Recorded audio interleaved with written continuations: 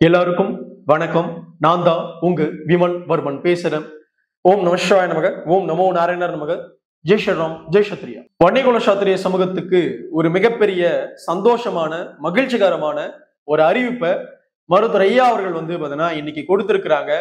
எல்லா வன்னியகுல சாத்திரிய சொந்தங்களுக்குமே தெரியும், இந்த வருடம் மே 11 சித்திரை முழுநிலவு வன்னியர் சங்கத்தோடைய மாநில மாநாடு மகாபலிபுரத்துல நடக்க போகுது அப்படின்னு அனைத்து வன்னியர்களுக்குமே தெரியும். அந்த மாநாட்டு பணிகளுக்கான அனைத்து விஷயங்களுமே பல மாவட்டங்கள்ல தொடங்கிருச்சு. இன்னும் சொல்ல போனா பல மாவட்டத்துல பாத்தீங்கன்னா சுவர் விளம்பரம் வரைக்குமே பாத்தீங்கன்னா வந்துட்டாங்க.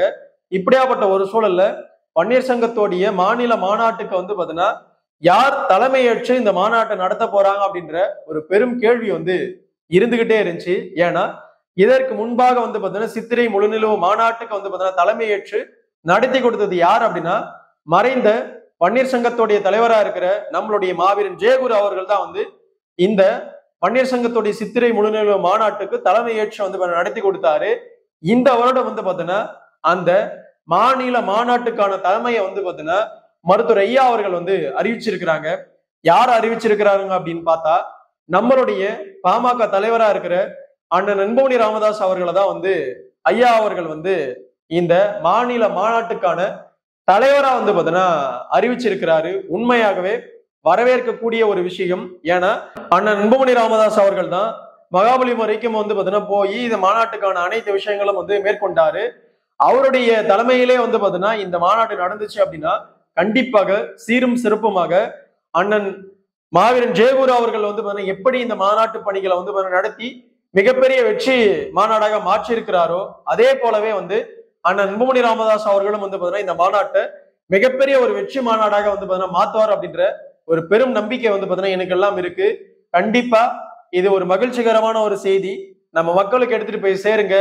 மே 11 சித்திரை முழுநிலவு வன்னியர் சங்கத்துடைய மிகப்பெரிய பாத்தீங்கன்னா ஒரு மாநாடு இந்த வருடம் பாத்தீங்கன்னா மகாபலிபுரத்துல நடக்க போகுது.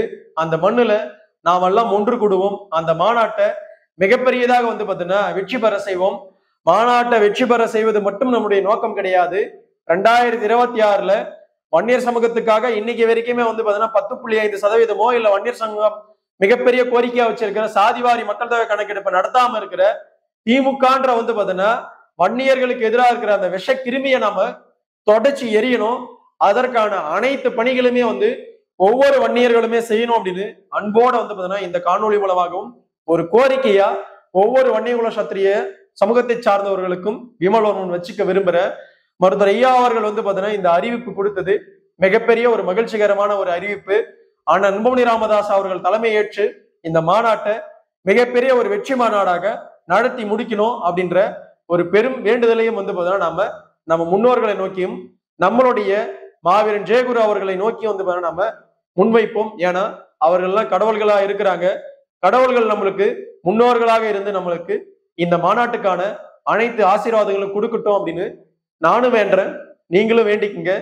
இந்த சமூகம் அடுத்தடுத்த கட்டங்களுக்கு நல்லபடியாக போகணும், நல்லபடியாக வாழணும், நல்ல சிந்தனைகளோட இருக்கணும், நல்ல அதிகாரத்துக்கு இந்த சமூகம் கண்டிப்பாக போயே தீரணும் அப்படின்ற அனைத்து சிந்தனைகளோட நாம பயணப்படுவோம். நன்றி, வணக்கம். வாழ்க வளர்க வன்னிய பெருங்குளம், வாழ்க வளர்க வன்னியகுல சத்திரிய சமூகத்தின் பண்பாடும் கலாச்சாரமும் வரலாறும் மற்றும் வன்னியகுல சத்திரிய சமூகத்துடைய சத்திரிய தர்மமும் வேலுங்கட்டும். அடுத்த ஒரு நல்ல காணொலியில உங்களை சந்திக்கிறேன்.